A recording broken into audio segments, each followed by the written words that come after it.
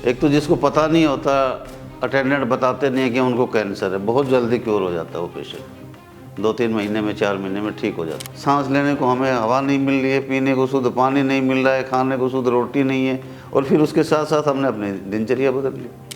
लेकिन 3 सफ़ेद जहर मैं बता रहा हूँ जिनके बारे में, नमक, मैदा और चीनी। आज हमारे एल्युमिनियम के बर्तन, एल्युमिनियम जो है कैंसर बनने का बहुत बड़ा कारण है। ये 1942 में जब आज़ादी आंदोलन चल रहा था, काला पानी की सज़ा जिसे हमारे फ्रीडम फाइटर को दी जा रही थी, तो अंग्रेज़ों ने उनके लिए बनाए थे ये बर्तन। प्रेशर कुकर, अब ऐसे ऐसे कारण हैं। प्रेशर कुकर में अमोनिया होता है, वो उसी में जज्ब हो जाता है, जो भी हम दाल वगैरह बनाते हैं। पहली बात तो ये कि प्रेशर कुकर का खाना पकता नहीं है, गलता है, और गली हुई चीज़ कभी डाइजेस्ट नहीं होती। वो उनको कब्जा कर लेंगे, उनको खा जाएंगे, ख़त्म कर देंगे, अपना साम्राज्य बना लेंगे। वो बीमारी हमें लग जाएगी। अगर टीबी की सेल है तो टीबी हो जाएगी, कैंसर के तो कैंसर हो जाएगा, मलेरिया की सेल से तो मलेरिया हो जाएगा। नमस्कार, आपका अपने नेशनल खबर में बहुत स्वागत है। मैं प्रज्ञा झा। आज के इस खास रिपोर्ट में हम आपको जानकारी देंगे एक ऐसे गंभीर बीमारी के बारे में जो कि अपने पैर काफ़ी तेज़ी से पसार रही है, और इस बीमारी का नाम है कैंसर। प्रति वर्ष इसके लाखों मामले सामने आते हैं, लाखों मरीज सामने आते हैं। कैंसर कई प्रकार के होते हैं, जैसे कि आप लिवर कैंसर की बात कर लीजिए या अन्य तरीके के कैंसर की बात कर लीजिए, सभी के केसेस बढ़ रहे हैं। हम आपको जानकारी देंगे जो विभिन्न तरीके के कैंसर हैं उनके बारे में, और आखिर वो क्यों हो रहे हैं, और आयुर्वेदिक तरीके से उनका उपचार कैसे हो सकता है। और इसकी जानकारी लेने के लिए आज नेशनल खबर मौजूद है हरियाणा के अटेली मंडी में, और हम अभी मौजूद हैं आरआर आयुर्वेदिक हॉस्पिटल में, और मेरे साथ मौजूद हैं आयुर्वेदाचार्य रमेश कुमार जी। सर, आपका बहुत स्वागत है सबसे पहले हमारे चैनल पे। धन्यवाद मैम। सर, कैंसर के मामले जिस तरीके से हम देख रहे हैं हमारे चैनल पर भी काफ़ी मरीज़ जो हैं सामने आ रहे हैं, अलग अलग हॉस्पिटल में, अलग अलग एक्सपर्ट्स के पास। तो आखिर क्या कारण है कि कैंसर इतनी तेज़ी से बढ़ रहा है, और आप इसका ट्रीटमेंट कैसे कर रहे हैं? कैंसर बढ़ने के आज तो बहुत से कारण पैदा हो गए। पहले कैंसर होता था या तो कोई जेनेटिक प्रॉब्लम होती थी या फिर नशा करने वालों को। तो जेनेटिक प्रॉब्लम भी सबको नहीं होता कि किसी को जेनेटिक प्रॉब्लम है तो सबको ही हो गया, उसकी फैमिली को ना, ऐसा कुछ नहीं है, किसी किसी को होता था। और नशा करना भी बहुत कम लोग नशा करते थे। आज तो नशे की तरफ भी बहुत झुकाव है। ये तो पुराने कारण थे, आज भी बरकरार है। बिल्कुल। लेकिन आज जो कारण है, जो बहुत जटिल समस्या बने हुए हैं हमारे लिए, एक तो सबसे बड़ा कारण है रेडिएशन का होना। किसी खतरनाक रेडिएशन के संपर्क में आदमी आ गया तो उसको कैंसर हो जाता है जी। और रेडिएशन के संपर्क में हम 24 घंटे रहते हैं। अब कब वो डेंजरस हो जाए कुछ पता नहीं है। बिल्कुल। केमिकल, एक बेंजीन केमिकल होता है, उसके संपर्क में आने से भी कैंसर बन जाता है। अब आम लोगों को नहीं पता कि बेंजीन होता क्या है, लेकिन हमारी रसोई गैस में जो है बहुत ज़्यादा मात्रा में बेंजीन पाया जाता है, तो उसके संपर्क में भी हम रहते हैं। और सबसे बड़ा कारण है हमारे लाइफस्टाइल और हमारा खान पान। जहर हमें खाना पड़ रहा है, मजबूरी है, खाए जा रहे हैं, क्योंकि हम जो भी उत्पादन हम करते हैं वो जब से बिजाई शुरू होती है तब से लेके और पेट में जाने तक केमिकल और रसायन इनके संपर्क में रहता है। तो ये, और उसके साथ साथ हमने अपनी लाइफस्टाइल चेंज कर ली, हमने अपने खाने पीने का, बैठने उठने का तौर तरीका बदल लिया। तो ये बहुत बड़े कारण हैं। फिर रसोई में बर्तन, आज हमारे एल्युमिनियम के बर्तन, एल्युमिनियम जो है कैंसर बनने का बहुत बड़ा कारण है।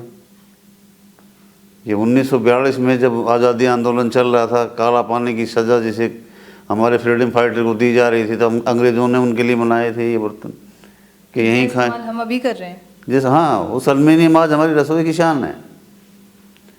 प्रेशर कुकर, अब ऐसे ऐसे कारण है। प्रेशर कुकर में अमोनिया होता है, वो उसी में जज्ब हो जाता है, जो भी हम दाल वगैरह बनाते हैं। अब आज जो पेशेंट आता कहते हैं जी हम दाल फिर किस में बनाएंगे अगर प्रेशर कुकर में नहीं तो।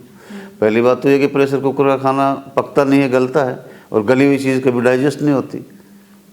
दूसरा, उसमें अमोनिया उसी में जज्ब हो रहा है, जो एक खतरनाक जहर है। तो ये बहुत से कारण हैं, अनेकों कारण हैं आज। सांस लेने को हमें हवा नहीं मिल रही है, पीने को शुद्ध पानी नहीं मिल रहा है, खाने को शुद्ध रोटी नहीं है, और फिर उसके साथ साथ हमने अपनी दिनचर्या बदल ली, तो कितने दिन जिएगा आदमी? उम्र लगातार कम हो रही है। हाँ, तो इनसे तो हमें बचने के लिए अपने आप में थोड़ा सुधार करना पड़ेगा। बिल्कुल। और सर, इसका आप ट्रीटमेंट कैसे करते हैं? ज़्यादातर मैं यही सुनती हूँ और लोगों में भी यही विश्वास है कि आयुर्वेद जो है वो काफ़ी धीरे काम करता है, तो आपके पास जो पेशेंट आते होंगे वो कैसे ठीक हो रहे हैं? देखो, हम तो पंचगव्य थेरेपी से ट्रीटमेंट करते हैं। ये राजीव जी का सपना था, अकस्मात उनकी अकाल मृत्यु हुई और उनका सपना अधूरा रहा। मैं तो इसी सपने के पीछे लगा हुआ हूँ कि हर आदमी को कैंसर का इलाज मिले। हम तो पंचगव्य थेरेपी से, पंचगव्य में वो केमिकल पाया जाता है जो इसको हराने में, कैंसर को हराने में सक्षम है। बहुत सारी जड़ी बूटियों में पाया जाता है। जड़ी बूटियाँ हमारे रसोई के जो मसाले हैं, मसाले मुग़लों ने नाम दिया, हम तो पहले इनको औषधियाँ ही कहते थे। ये हमारी आज जहर घर बना हुआ है। पहले इसको हम डिस्पेंसरी कहते थे अपनी रसोई को। अब किसी के घर में आटा कनस्तर में है नहीं है, लेकिन 3 सफ़ेद जहर मैं बता रहा हूँ जिनके बारे में, नमक, मैदा और चीनी, जिनका आज से 40-50 साल पहले बहुत कम प्रयोग होता था, हर एक की रसोई में पाया जाता है। अंधाधुंध उनका प्रयोग करते हैं। आटा किसी की में रसोई में है नहीं है, किसी के कनस्तर में, आप चाहे अंबानी अडानी की रसोई देख लो तो वहाँ भी ये तीनों चीज़ें मिलेंगी, और किसी रिक्शा चलाने वाले के गरीब मजदूर के घर में भी मिलेगा। तो इन सारी चीज़ों से इनका हम जो है, अब मात्रा भी नहीं है, बेहिसाब इस्तेमाल कर रहे हैं। आज खाना पीना मैदा का ही हो गया है। मैदा डाइजेस्ट नहीं होती, किसी अच्छे पहलवान को डाइजेस्ट नहीं होती मैदा। छोटी बड़ी आंत पे चिपकती है और स्टूल के जरिए बाहर आती है, कब आती है उसकी मर्जी है। तो ये सब बीमारियों का कारण है। अब बीमारियां बनती क्यों हैं? कोई भी है, छोटी बीमारी है, बड़ी भी। हमारे शरीर के 3 दोष, वात, पित्त और कफ, इनका बैलेंस का बिगड़ना, डिसबैलेंस होना, इनका संतुलन बिगड़ना, तभी कोई बीमारी हमें लग जाएगी। जिस भी बीमारी के सेल हमारे जो है, कहीं भी हमारे बॉडी को मेंटेन रखने वाले सेल कमज़ोर पड़े, और वहाँ कौन सी बीमारी के उसके सराउंडिंग सेल घूम रहे हैं, वो उनको कब्जा कर लेंगे, उनको खा जाएंगे, ख़त्म कर देंगे, अपना साम्राज्य बना लेंगे। वो बीमारी हमें लग जाएगी। अगर टीबी की सेल है तो टीबी हो जाएगी, कैंसर के तो कैंसर हो जाएगा, मलेरिया की सेल से तो मलेरिया हो जाएगा। ये बीमारी के कारण है। ये वात, पित्त, कफ जो है, इनको बैलेंस कैसे किया जाए जी। ये हमारे आयुर्वेद में हैं ये सारी चीज़ें। आयुर्वेदिक तौर से जी, फिर भी आयुर्वेदिक तौर से हम इनका ट्रीटमेंट करते हैं। बिल्कुल। अच्छा सर, इसके बाद सवाल ये था मेरा कि आपके पास पेशेंट वगैरह आते होंगे, उनकी रिपोर्ट्स आपके पास होंगी। कुछ रिपोर्ट्स हमें दिखाइए कि वो कैसे ट्रीट हुए हैं, कितने दिन में ट्रीट हुए हैं, उनके रिपोर्ट्स कैसे रहे आपके पास? हाँ, रिपोर्ट्स है ना। रिपोर्ट्स जैसे ये पेशेंट हैं, लीवर के पेशेंट हैं ये जी। मिस्टर सुरेश है, जी। और इन्होंने 3 महीने, लीवर को कैंसर था, लीवर का कैंसर था इनको, और 3 महीने में इनको काफ़ी सुधार हुआ है। अच्छा। ये उनकी रिपोर्ट है जी। ये मतलब बिफोर आफ्टर की है? ये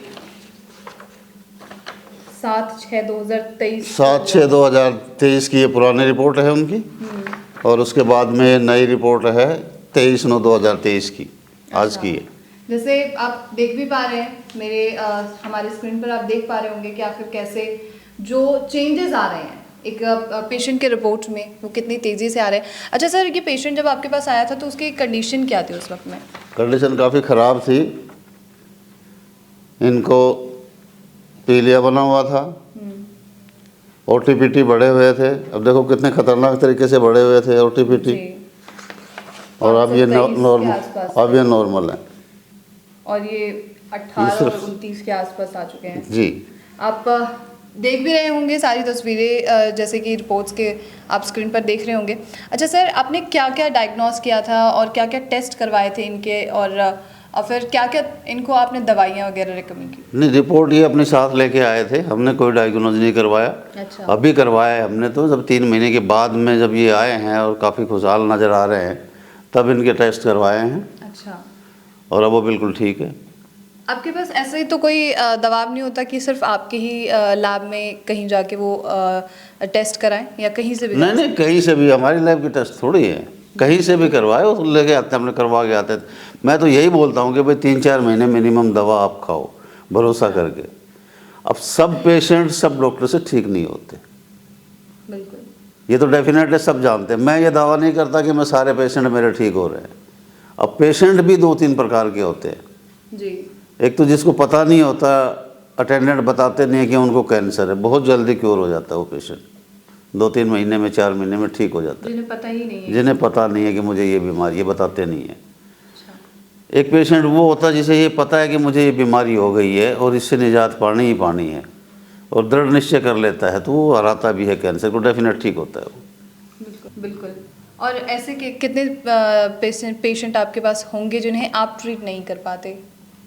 नहीं, मैं तो सबको ट्रीट करता हूँ। मेरे पास तो जो जिसे 10 दिन का भी वो कह दिया ना, डॉक्टर ने कह दिया कि 10 दिन ले जाओ सेवा करो, और वो आते हैं कहते हैं जी 10 दिन का अल्टीमेटम दे दिया, वो भी 2-2 3-3 महीने से दवा ले रहे हैं, सुधार बता रहे हैं। जी। तो मैं तो उनको ये कहता हूँ भाई 1 महीने अगर आप दवा खिला के देखो, अगर इससे आपको जो है कुछ आराम मिलता है तो अगले महीने फिर ले जाना, हो जाएंगे। अच्छा, कोई मतलब ऐसे बाहर का पेशेंट जो आपसे दवा वगैरह मंगवाता होगा, आप कितने दिन की दवा एक बार में दे देते हैं? 1 महीने की दवा एक बार में देते हैं। अच्छा जी। और आपकी दवाओं का कॉस्ट सभी के लिए अफोर्डेबल है या नहीं है? उन्हें हर आदमी को अफोर्डेबल है, सिर्फ 9,000 रुपये जो दवा का ही चार्ज है। अच्छा, और डिलीवरी चार्जेस वगैरह? डिलीवरी चार्ज एक्स्ट्रा है। अच्छा अच्छा जी। और बाकी यहाँ मतलब रहने का कोई ऐसा इंतज़ाम आप करते हैं जो दूर दराज से अगर पेशेंट आते हैं, थके हारे होते हैं, जाने की सिचुएशन नहीं होती वापसी में उस दिन, तो 1-2 दिन के लिए रुक सकते हैं ये अटेंडेंट के साथ, कोई दिक्कत नहीं। रहने पीने की, खाने पीने की हमारे पास पूरी व्यवस्था है। अच्छा। लंबे टाइम तक हम एडमिट नहीं करते पेशेंट को, क्योंकि देखभाल घर में ही हो सकती है पेशेंट की। और जैसे कैंसर एक गंभीर बीमारी के तौर पे लोग भी मानते हैं कि एक बहुत ज़्यादा गंभीर बीमारी, और आप कह भी रहे हैं 3 तरीके के पेशेंट हैं, तो उन पेशेंट के लिए जो हार मानना शुरू कर चुके हैं, जो मान चुके हैं कि अब कुछ नहीं हो सकता, उनके लिए आपका कोई मैसेज? नहीं, मैं तो ये कहता हूँ कि किसी भी जो है ना, जहाँ भी अपना विश्वास करके कहीं से भी भटके ना कैंसर पेशेंट।